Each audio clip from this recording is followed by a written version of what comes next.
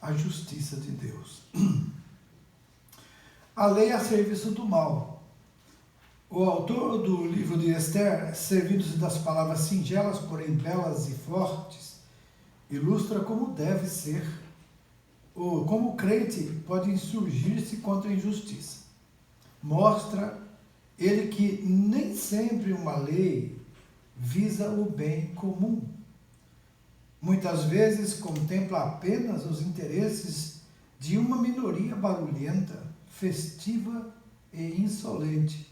Não raro reflete ambições ordinárias e baixas de uma única pessoa. Parece que nós estamos escrevendo a história aqui nesse livro, né? Está vendo o que está acontecendo.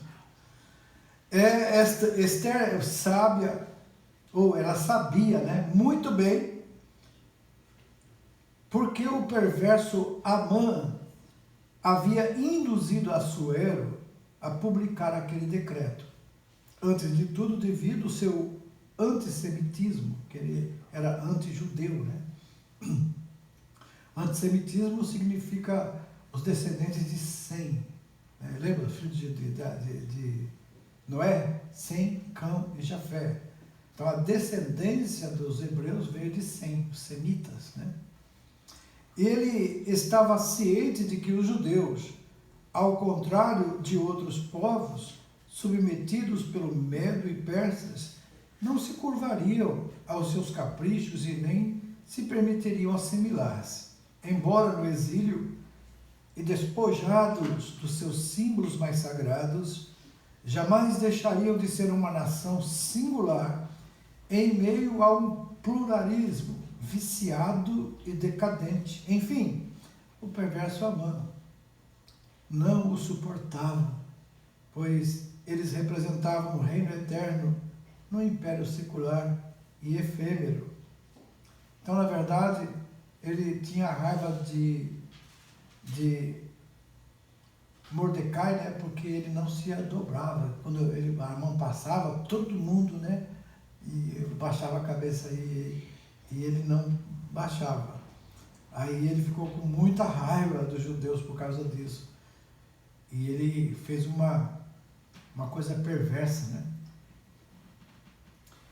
Também diz aqui que havia uma vergonhosa motivação econômica.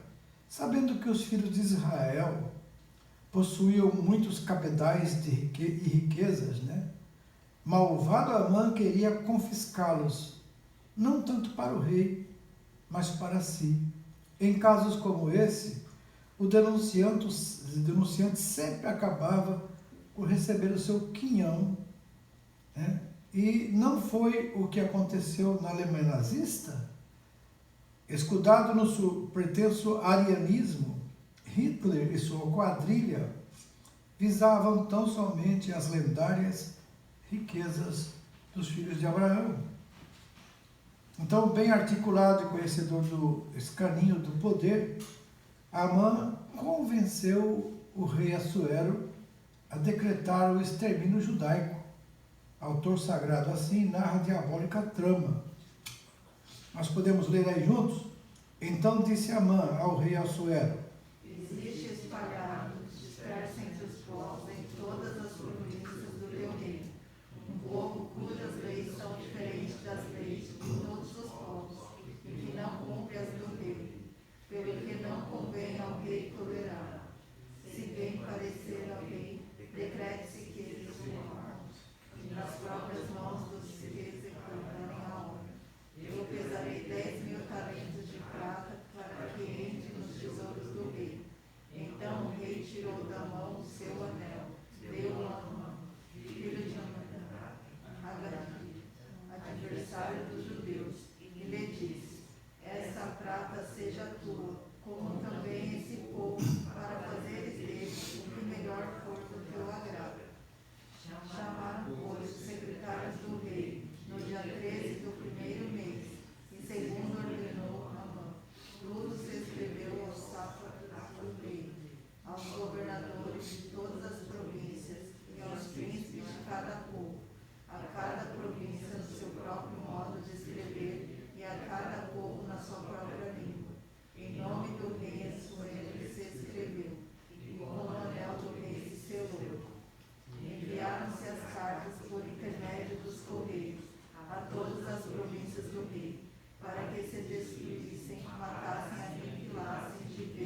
todos os judeus, moços e velhos, crianças e mulheres, em um só dia, no dia 13 do 10º mês, que é o mês de Adar, e que lhes saqueassem os bens.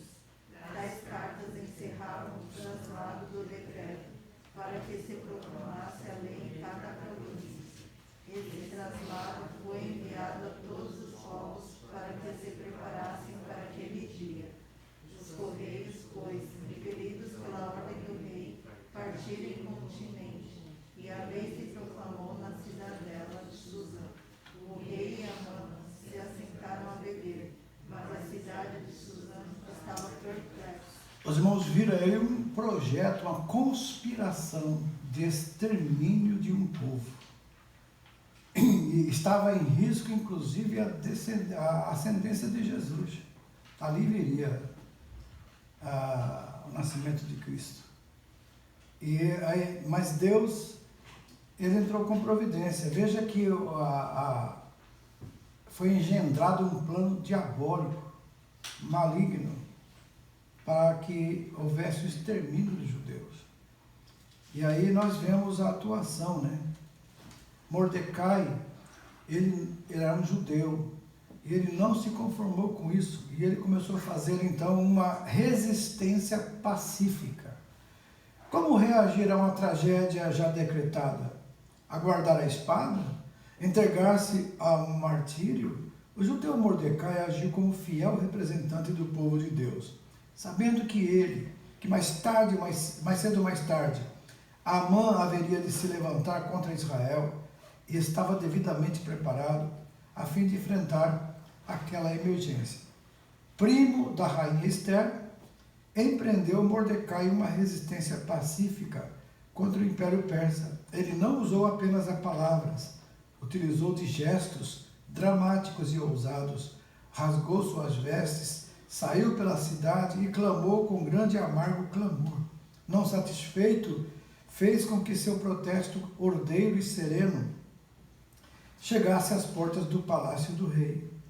E assim, vestindo pano de saco, expôs a própria vida, pois ninguém indignamente trajado podia aproximar-se dos termos do rei.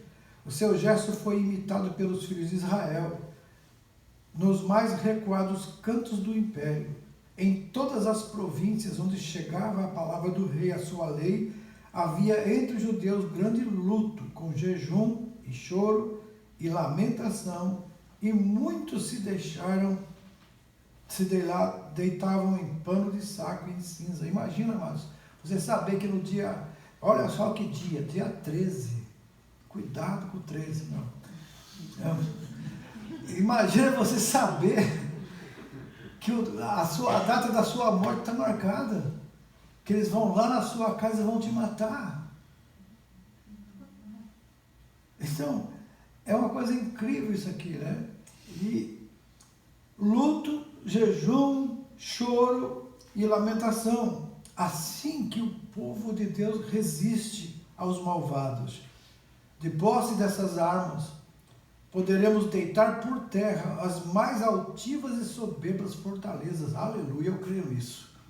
Eu creio que nós vamos ver essa vitória do povo de Deus ainda nesse mês também. Glória a Deus.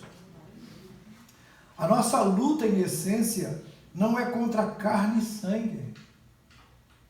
A nossa luta essencial é contra principados e potestades, contra as potestades, os príncipes das trevas desse século, contra as hostes espirituais da maldade nos lugares celestiais.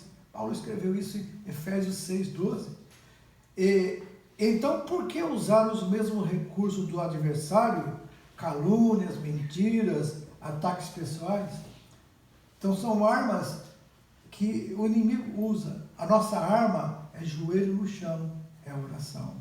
E alertar as pessoas que podemos, alertar ou tomar cuidado com o que está acontecendo e o que pode vir a acontecer na nossa pátria. Por isso, nós já estamos marcando para amanhã. Amanhã, depois da oração, nós temos a oração das 8h30 até as 9h30, 10 horas. Depois disso, nós vamos jejuar aqui, fazer uma vigília até a meia-noite, orar pela nossa nação. Todos os irmãos que puderem vir, venham. Venham, vamos orar, vamos fazer um clamor ao Senhor pela nossa nação. Essa é a nossa batalha, a nossa maior arma que nós temos é a oração. Pode juntar o inferno todo, mas um joelho no chão, o diabo e o inferno não resistem. Porque Deus vai agir em favor do seu povo. Então amanhã nós teremos então essa vigília aqui na nossa igreja aqui, e todos os irmãos que estão assistindo, fale para os outros, ligue para os outros, diga, olha, amanhã o pastor está conclamando a igreja para ir lá e fazer uma vigília até meia-noite, orar no nosso país, ok? É um clamor que nós estamos precisando fazer agora, e conforme for a semana que vem faremos novamente, antes da eleição, para que Deus tome providência. Tem muitas igrejas orando, muitas igrejas jejuando, e nós vamos fazer parte disso também, desse exército. E como clamar a Deus que Ele envie os seus exércitos de anjos no Brasil para batalhar contra as hostes infernais, contra os principados e potestades que estão agindo no Brasil para a destruição da nossa nação. Mas Deus é maior. Nós cremos num Deus Todo-Poderoso. Assim, era o povo dos judeus. Estava aqui oprimido, medo, porque já tinha, o decreto já estava dado no dia 13. E ia acontecer, não tem como escapar. Eles não tinham armas, não tinham nada. Aí o que eles fizeram? Jejum e oração. Luto, choro, lamentação, clamor, né? Eles clamaram.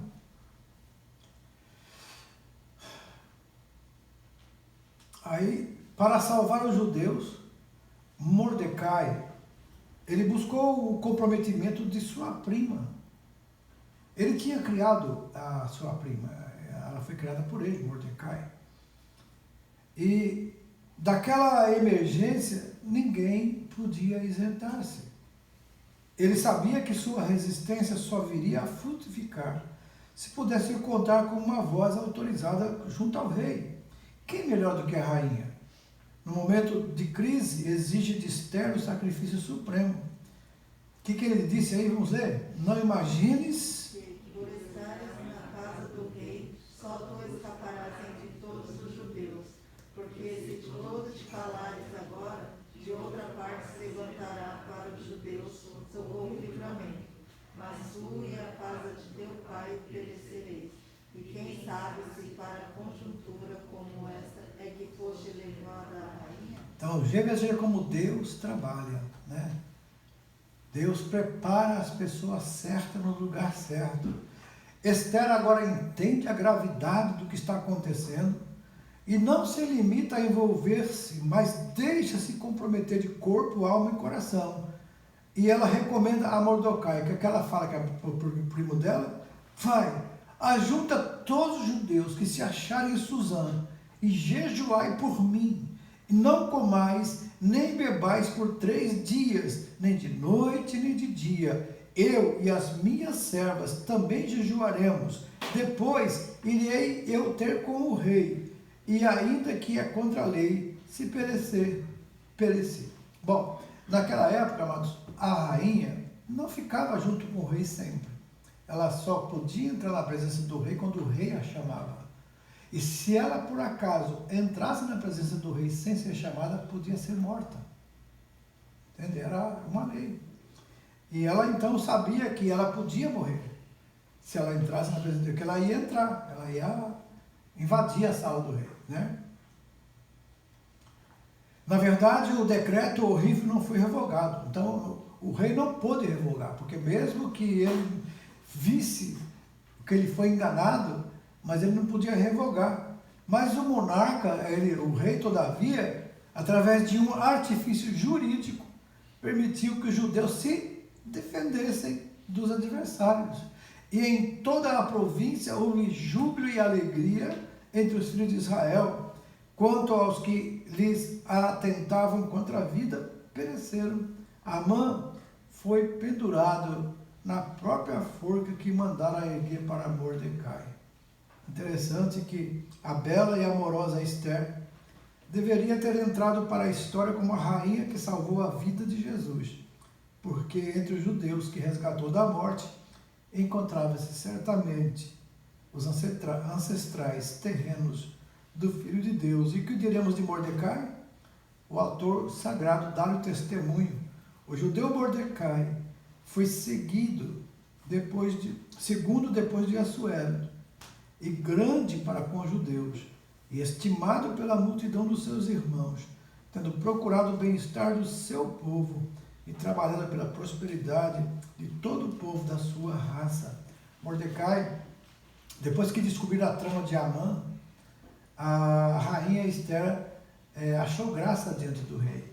E ela contou ao rei o que Amã aprontou. E ele ficou muito irado, rei. E aí então, mas Amã já tinha preparado a forca para Mordecai. Mas quando o rei ficou sabendo, aí ele pegou Mordecai e falou assim, então a forca que Amã fez para Mordecai, pendura ele lá. E Deus honrou de uma tal forma Mordecai, que Assuero agora dá a ele como o segundo no reino. Veja, de condenado à morte por uma injustiça de um tirano, Deus elevou Mordecai no reino de Assuero, no meio do persa. Eu vejo isso que Deus pode fazer também, amados. Nosso país, o Brasil, está passando por um momento muito difícil, muito perigoso. Mas Deus pode fazer isso, porque há um povo chorando e clamando lá, com medo, com aquela coisa, porque se acontecer de voltar um governo que está para voltar lá, que quer voltar, nós vamos sofrer muito na mão deles, povo. Eles não vão querer mais sair do poder. Mas temos um Deus que ouve a oração. E temos alguém que está clamando, inclusive no Palácio Real, lá no Brasil. A nossa irmã Michele, ela é uma serva de Deus. E com certeza ela está clamando e jejuando ao Senhor, junto com a Damares, que é ministra também, a pastora, né? Está clamando ao Senhor. Grande é a perseguição, mas Deus está na frente. E a batalha é grande, mas a vitória vai ser maior ainda, em nome de Jesus. E nós, não somente, amados, tem venezuelanos pedindo, pelo amor de Deus, para os brasileiros tomar cuidado, tem argentino pedindo, pelo amor de Deus, para os brasileiros não entrar nessa conversa. Então nós cremos que Deus vai sim estar trabalhando e nós vamos glorificar o nome dele. Bom, 24, B. 25, D. 26, D. Qual o exemplo dos apóstolos? A pergunta mais importante da ética cristã e que jamais deixou de ser atual e urgente veio de Pedro e João. Diante das autoridades religiosas de Israel, que pressionavam a não pregar mais o nome de Jesus, eles perguntaram, né, o quê? Julgai se é justo. Entendeu, meu amados? Julga, vamos julgar. Isso que você está falando, para não pregar a palavra. E Deus mandou pregar. A quem nós devemos obedecer? Então, em seguida o apóstolo deixaram bem claro não estarem dispostos a renegar a missão que eles confiaram ao Senhor. O que ele disse? Nós não podemos. Então, são verdades. Então, muita lei são contra a verdade. Os tiranos não gostam da verdade. Incomoda a verdade. Mas ele disse, não podemos deixar de falar das coisas que vimos e ouvimos, porque são verdades. E se alguém pensa que a democracia trouxe liberdade religiosa plena, engana-se. À semelhança dos antigos impérios, estados modernos estão dispostos a assimilar todas as religiões, desde que estas se submetam docilmente à sua agenda. O cristianismo, porém, não é uma religião qualquer. É a religião por excelência, pois é a única e verdadeira. Por isso, cristianismo é tão perseguido. Aliás, a maior ameaça contra a igreja hoje não vem da Coreia do Norte, de Cuba. Ela origina-se em democracias exemplares como a norte-americana e a brasileira. Destas partem os maiores investidas contra a igreja de Cristo, ideológica, cultural, jurídica e religiosa. Investidas ideológicas, vamos lá. Engana-se quem pensa estar o comunismo sepultado sob os escombros do Muro de Berlim. Antes, achava-se confinado àquele perímetro. A partir de então, avançou rumo ao Ocidente, sob o estandarte da redemocratização do Oriente.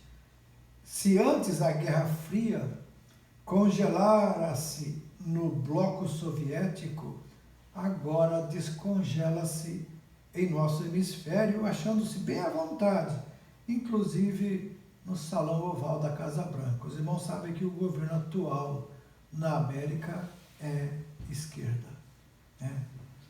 Então, Marx e Lenin não precisaram de tanques ou aviões para chegar aos Estados Unidos e ao Brasil.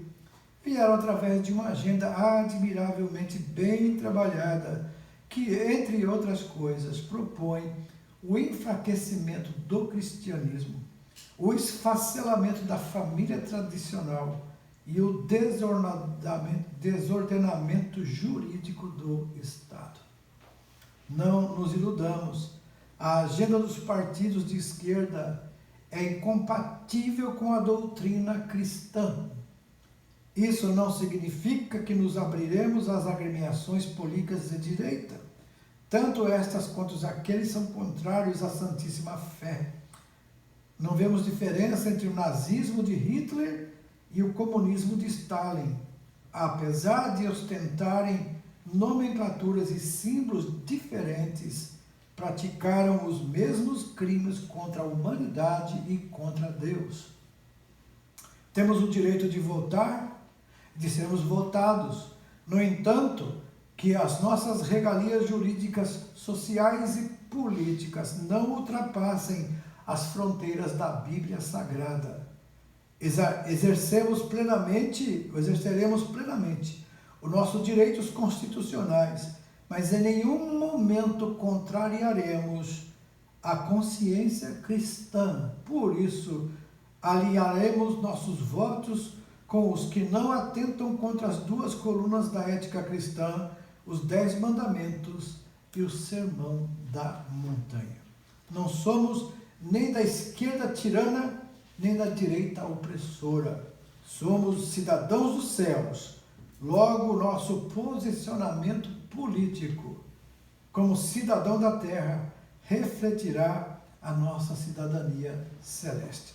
Quer como votantes, quer como votados, jamais nos esqueceremos que somos cristãos. Em investidas culturais, vamos dizer algumas investidas que estamos sofrendo, que já está instalada, inclusive na nossa nação. Em 1968, Alexander Dubček assumia o governo da antiga Tchecoslováquia, disposto a sacudir o jugo soviético. De imediato, ele pôs-se a promover reformas sociais e econômicas num corajoso e hábil processo de redemocratização. A extinta União Soviética, porém, jamais toleraria aquela aventura. E, juntamente com os demais membros do Pacto de Varsóvia, o regime de Moscou ele interviu truculentamente, pondo término à Primavera de Praga. Todavia, com a queda do Muro de Berlim e na Alemanha e a Cortina de Ferro não demorou a cair na Tchecoslováquia, em 9 de novembro de 1989, o governo comunista de Berlim, incapaz de conter o tsunami democrático que varria as nações comunistas, inclusive a Rússia, autorizou seus cidadãos a cruzarem a fronteira, e naquele dia concretizava-se o sonho de Dubček. Os tchecos e os eslovacos embriagaram-se de tal forma com a inesperada liberdade que resolveram separar-se, formando duas repúblicas distintas. Então, em vez da cortina de ferro cair agora sobre a Europa Oriental, uma diáfana e tênue cortina de seda. Esse acortinado, tecido pela indústria cultural do Ocidente, exibiu-se mais nocivo do que a cortina de ferro. Nem os cristãos fugiram aos seus encantos. Se antes sabiam lidar com o jugo comunista, agora mostravam-se relutantes e até ingênuos quanto aos subprodutos da democracia ocidental. A liberdade de imprensa jamais deixou de ser bem-vinda, mas como proteger-se da libertinagem produzida em escala industrial por Hollywood e por outras multinacionais de entretenimento? Se fora difícil a igreja descerrar a cortina de ferro, não lhe seria nada fácil sacudir de si a de seda. A primeira tinha como sinônimo a opressão, a segunda, a liberdade. A liberdade sem responsabilidade torna-se libertinagem, é o que está acontecendo. O resultado foi o esfriamento espiritual em toda a Europa. Hoje a Europa, amado, está morta espiritualmente, nas mãos dos povos progressistas, isso é, aqueles que não querem Deus, não querem religião, não querem nada. Como romper as urdiduras dessa cortina? Bom, em primeiro lugar, não devemos nos postar como os telespectadores passivamente consumir o lixo que nos chega no meio de comunicação. Nós temos que reagir contra os entretenimentos lascivos, violentos, grotescos e blasfemos. Não lhes permitamos que nos entrem pelas casas, que nos destruam os filhos e netos. Sejamos enérgicos. Eu já tinha pedido aos pais, seja enérgico, tome o controle dos seus filhos, eles não podem mandar em você. É você que manda neles. Mas aí, fica com medo. E aí eles dominam. Mas quem está dominando não é os filhos, eles estão sendo dominados pelo aquele veneno que está, como disse um satanista para o pastor José Elion, nós vamos destruir a futura geração de pastores na sala da tua casa. Falei, mas como? Os games, os softwares, é nós que produzimos. E os seus filhos vão ser envenenados com isso. Eles não querem saber de Deus, de igreja, de ninguém. Estamos assistindo isso ou não? Ou reagimos, ou vamos ser cúmplices dessa geração que está perdida.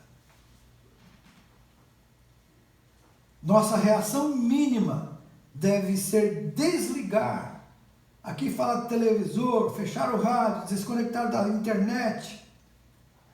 E enviemos cartas e e-mails aos responsáveis pelas produções, isso é, há uma reação dos meios evangélicos, das autoridades evangélicas, de reagir contra isso, que muitas vezes estão quietinhos, que não tem nada a ver. Tem sim.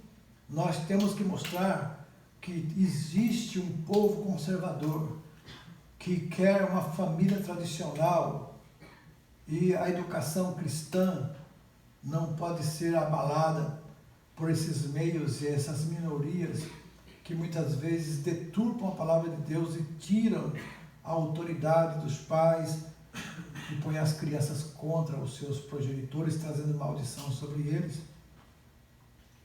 Que eles saibam que há uma comunidade de homens, mulheres, jovens e até crianças disposta a preservar os valores cristãos. Boicotemos, outros sim, os produtos que tenham como promoção apelos contrários à moral, aos bons costumes. Quando os prejuízos começarem a lhes saltar nos balancetes, mudarão de imediato suas estratégias de marketing. Algumas marcas do Brasil começaram a promover o homossexualismo e foi boicotados, e eles mudaram as estratégias, mudaram as propagandas. Certa vez, uma famosa marca de sabão em pó lançou uma campanha cujo único objetivo seria o que logo depreendi, era promover a liberdade sexual. É um sabão bem famoso no Brasil. Fez uma propaganda e é uma propaganda totalmente infame. No filmete aparecia uma senhora cuidando das roupas do filho e quando entre elas encontra um preservativo e num gesto entre perplexa e feliz diz que seu filho já não era mais uma criança.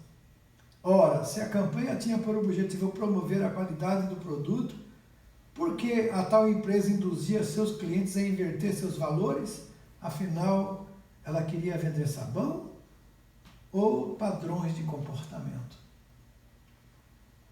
Minha esposa decidiu escrever essa empresa, ultimando-a a cancelar a peça publicitária.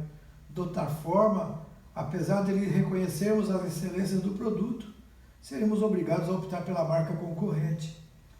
Passado alguns dias, receberam a resposta do seu diretor de marketing, assegurando-nos de que a nossa queixa estava sendo devidamente considerada e não demorou muito, aquela campanha estava fora do ar. Então, reajamos como sal da terra e luz do mundo. Então, na verdade, esses produtos que são vendidos, amados, dependem muito da aceitação pública. Se eles perceberem que há muita reclamação, eles começam a mudar a estratégia.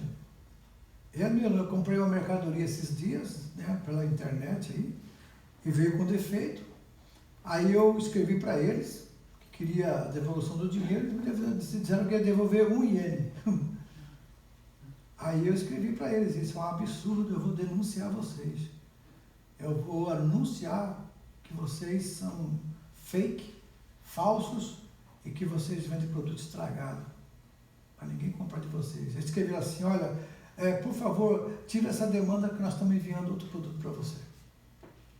A gente tem que saber se defender dessas coisas, porque, na verdade, são essas coisas que a gente faz, custou barato, não sei o quê, e aí vai esses mal intencionados conseguem tirar lucros, né? Imagina quanto não se vende, né, disso aí pela internet, esses produtos. Pode custar barato, mas vendendo milhares de produtos é muito dinheiro. Não permitamos que o adultério, a prostituição, o homossexualismo, o aborto, a injustiça nos invadam os lares pelos meios de comunicação. Levantemo-nos contra tais fortalezas. Forcemos os portais do inferno até que suas trancas se arrebentem. E afirmou Tácito em 55 e a 120, com bastante razão e experiência. O que ele diz aí? O mais corrupto dos estados tem o maior número de leis. Então, quanto mais leis tem, é porque é mais corrupto. Então, não podemos contrariar o historiador romano, porque nos escaninhos da velha e corrompida Roma eram bem familiares. Lá, como aqui, as leis surgiam não para contemplar o bem comum, mas para contentar as minorias e os indivíduos. E se a gente romana tivesse preservado os valores dos seus antepassados, as 12 tábuas seriam mais do que suficientes para manter a república, mas incapazes de conservá-las. Caíram nas garras do império, que por sua vez acabaria por desabar no colo bárbaro da Europa setentrional. Tenho a impressão de que nossos legisladores tomaram algumas aulas com os romanos. Embora tenhamos uma Constituição que resguarda a igualdade entre todos os cidadãos, que preserva os direitos humanos e que impede a tirania de instalar-se por aqui, vez por outra é insultada por algum arremedo jurídico. Sim, há sempre uma lei menor e anã buscando apagar o espírito de nossa lei maior. E haja vista o projeto de lei que objetiva criminalizar a manifestação contrária aos homossexualismos. Será que a lei maior desse país não é suficiente grande para resguardar os direitos de todos? Nas democracias mais amadurecidas, como a norte-americana, bastam 7 artigos para garantir os direitos de todo cidadão. 7 artigos. A Constituição da América é curtinha. Sejam estes héteros ou homossexuais, então por que a nossa, com 250 artigos, é tida como insuficiente para assegurar os direitos de alguns grupos? Não haveremos de permitir que a Constituição da República Federativa do Brasil, um texto forte e magno e belo, seja enfraquecido e apequenado por rêmoras e penduricalhos jurídicos. Tais artifícios, aprovados muitas vezes no apagar das luzes do Congresso Nacional, vem deslustrando o Estado de Direito conquistado tão penosamente pelos brasileiros, que os parlamentares evangélicos, honrando seus mandatos, jamais permitam que leis tão pequenas anule a lei maior, e que a lei magna da pátria terrena não venha a ferir a lei sublime da pátria celeste, a Bíblia Sagrada e inspirada, soberana Palavra de Deus. Zelar pelo Estado de Direito também é dever do povo de Deus. Sem um ordenamento jurídico equânime e justo, o Estado agiganta-se e a nação perde estatura. O governo faz-se um leviatã, os governados vítimas predáveis, e sem igualdade de todos perante a lei, a democracia se apaga e a tirania apodera-se de todos os fóruns e prerrogativas. O que é o Estado de Direito?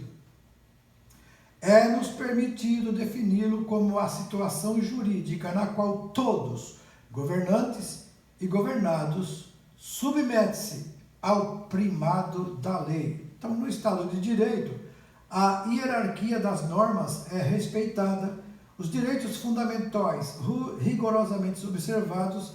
No Estado de Direito, todos são iguais perante a lei e obrigam-se a cumpri-la. Sim, no Estado de Direito não há privilégios nem privilegiados, porque a obrigação de todos é zelar pelo bem comum. E eis porque temos que preservar as conquistas que nos chegaram através da Carta Magna. Se não estivermos atentos, amados, poderemos perder todas as liberdades e prerrogativas. O despotismo não é promovido apenas pelo que detém o poder, mas principalmente pelos que o cobiçam. Na oposição, violentos no poder, tiranos. Haja vista o grupelho que da década de 20 promovia arruaças e brigas nas cervejarias das principais cidades alemãs, e não demorou muito para que aquela quadrilha crescesse e se fizesse hegemônica, e em 30 de junho de 1934, Hitler chega ao poder sob as asas da democracia, uma democracia, aliás, que ele não tardaria a matar, e o resultado foi uma tragédia sem paralelos. Por isso, tenhamos sempre em mente, o preço da liberdade é a eterna vigilância. Nem todos fomos chamados à política partidária, mas nenhum de nós deixou de ser convocado a zelar pelos valores cristãos. Por isso, exerçamos nossos direitos para que esses não sejam violados. Ordeira e decentemente, mostremos ao legislador nosso posicionamento moral e ético. Se for preciso, pacificamente, tornemos público nossos protestos. De vez em quando, governos eleitos democraticamente acham de insurgir-se contra a Igreja de Cristo e, tendo como exórdio de suas arengas e laicismo estatal, põe-se contra os valores e símbolos cristãos. Das repartições públicas, tiram bíblias e cruzes. Não satisfeitos, buscam proibir o ensino religioso nas escolas públicas e veladamente dificulta o livre exercício da fé nas praças e logradouros. Tais manobras são tão antigas quanto o próprio demônio. Devem os governantes saber que se o Estado é laico, a nação é dividida em confissões e credos. Na sociedade, as persuasões religiosas não são poucas, e cada uma delas deve ser respeitada. Infelizmente, certos governos nenhum apreço demonstram a religiosidade dos governados. Haja vista a infeliz iniciativa de distribuir o famigerado kit gay em todas as escolas públicas. Não fosse a energia e reação dos cristãos, nossos filhos teriam sido alvo de uma agenda nociva e destruidora. Sensível ao clamor da sociedade, a então presidente Dilma Rousseff achou por bem vetar a distribuição do material didático. Afinal, o que pretende governos de esquerda? Provocar uma síntese revolucionária para que lhe seja facultada a tomada definitiva do poder. Nós temos a impressão de que Lenin e Stalin fizeram muitos discípulos por aqui. Portanto, que o povo de Deus esteja atento para que ninguém, aproveitando-se das fraquezas da democracia, não nos comprometa a liberdade. Infelizmente, a democracia ela tem gerado alguns monstros. Hitler é o mais notório deles. As extremas, que orientando-se à esquerda, quer norteando-se à direita, são mestras em utilizar-se dos frágeis mecanismos democráticos, a fim de planificar os pontos mais tenebrosos de suas agendas: tirania, subversão da família, supressão das liberdades religiosas e individuais. As promessas lá no Brasil é de se regular as mídias e a imprensa. Regular também com relação a cultos, e nós estamos vendo algumas demonstrações já acontecendo. Que as autoridades se conscientizem de que a sociedade brasileira é formada também por segmentos que valorizam a família tradicional e que esta acha-se disposta a proporcionar uma educação moral e espiritual de qualidade aos seus filhos.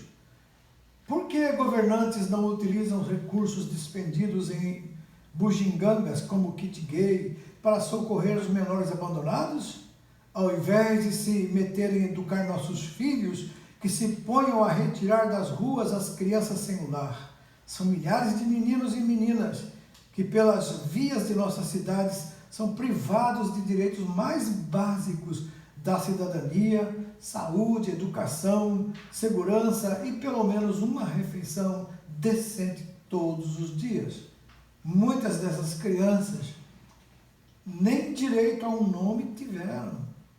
A semelhança dos párias que se arrastam pelos logradouros de Nova Delhi, na Índia, na rua nasceram e na rua morrerão.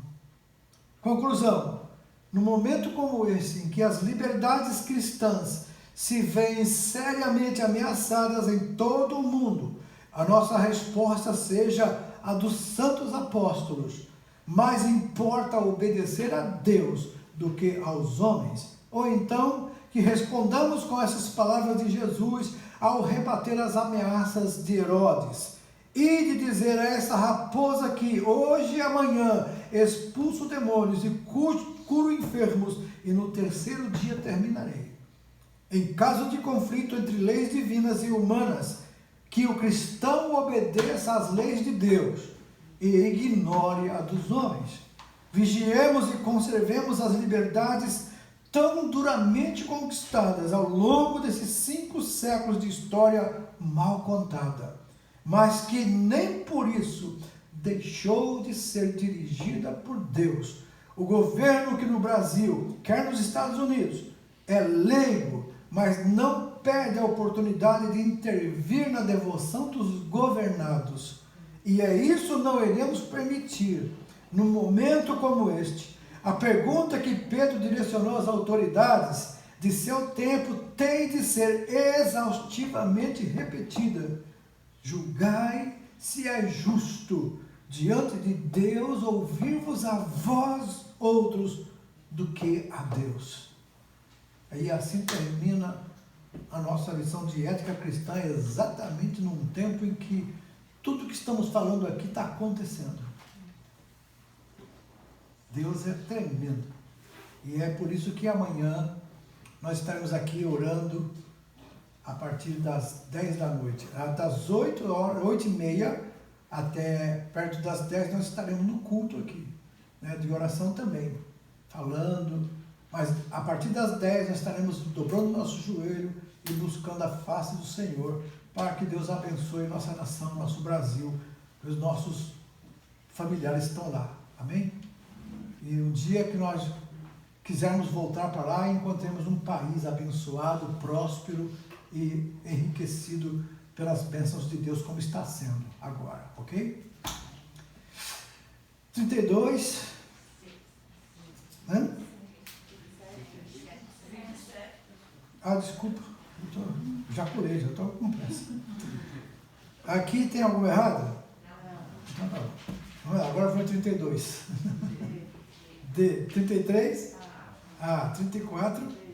D, 35. 36. 7. 8. 9. 10 e 11. 10 e 11. 40 e 41. 42.